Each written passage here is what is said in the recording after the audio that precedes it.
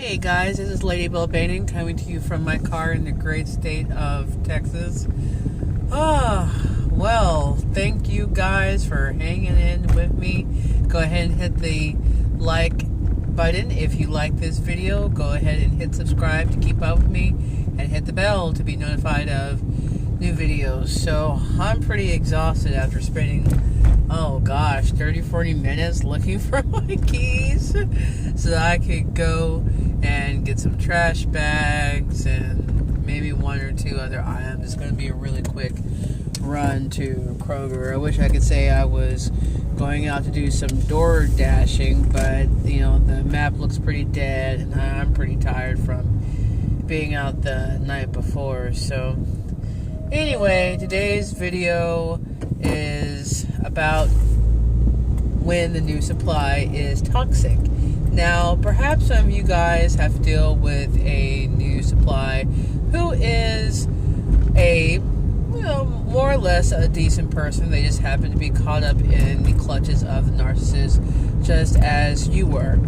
And then there are some of you guys who are like me, who have to deal with a new supply who is also toxic. Now, I don't know if she is a narcissist or not. I definitely do believe that she is not a nice person and that she has a lot of issues that she needs to work on. Excuse me, I'm just adjusting my mirror here. Alrighty, okay. Alright, yeah, so the background to how the new supply came into my life is a pretty long story. So I'll just stick to what I have observed of her and what she has said to me about herself.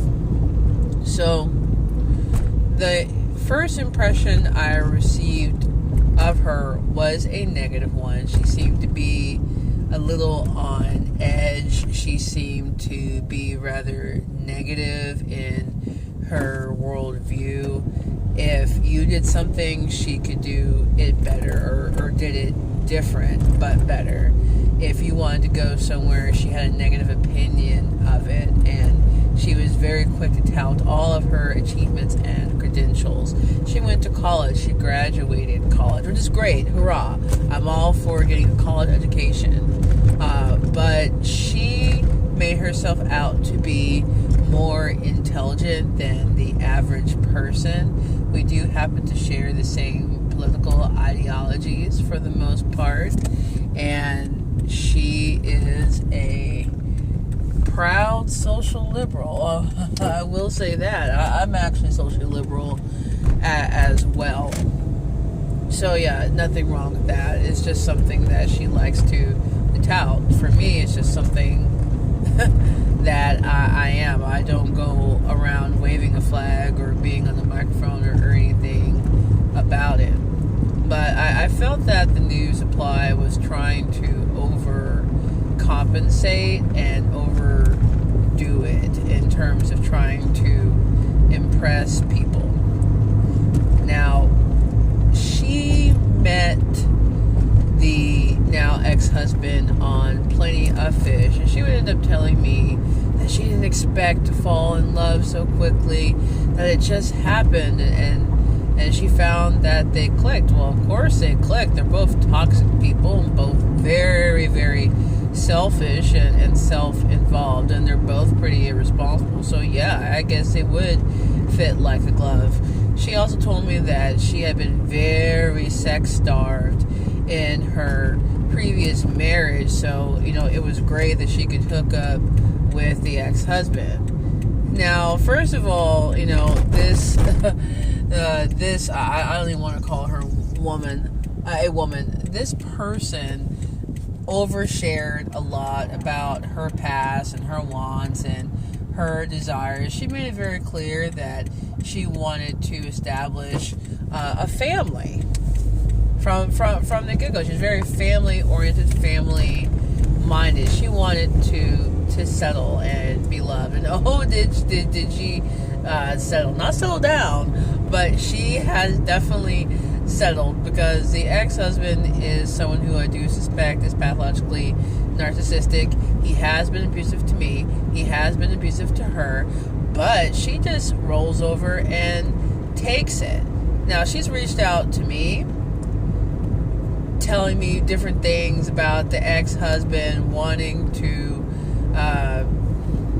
I guess, connect and bond over the fact that, you know, he has some abusive tendencies. And, you know, I've talked to her, I've tried to counsel her, and I warned her that she needs to jump off the sinking ship before she gets in too deep and she drowns. But she didn't listen to me. She continued to hook up with the ex-husband. And just to give you a little bit more information, the ex-husband and I were in an open marriage, so we were seeing other people. I actually ended up just seeing one person in particular. He tried to get a love interest in the end, but he didn't have much success until he met this person. Wow, a lot of information at once, right? I told you guys my life story is crazy, but that's just the surface of the glacier there. There's a lot more to go into, but I'll do that in another video. Anyway, the new supply was taken by him, and she was witness to the abuse of me. She was witness to him ignoring his kids, but she seemed to find him dead sexy, and she thought that he would be a great provider. That's what he is to her, from what I've seen, because she hasn't even tried to get a job or do any sort of work. She doesn't drive. She doesn't seem to want to drive. I mean, she's mentioned that she wants to go do a driving test, but something tells me that's not going to happen. She's just going to continue to have the ex-husband drive her around. So basically, she is a huge user. She's also very anxious, and she has a tad bit of paranoia. She's quick to jump to conclusions, and she's quick to be very haughty when she gets upset. She has conspired with the ex-husband, making our divorce that much more difficult. She was the one who read through a lot of the paperwork and the orders and stuff and explained things to him, or so she said.